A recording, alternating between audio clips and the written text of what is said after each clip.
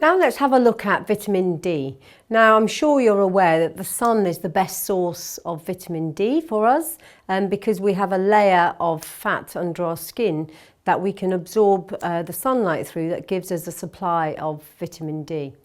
Now mushrooms are a great example, the white mushrooms particularly, as a source of vitamin D. And actually many foods, particularly vegan foods, are often fortified with vitamin D, like almond milk for example.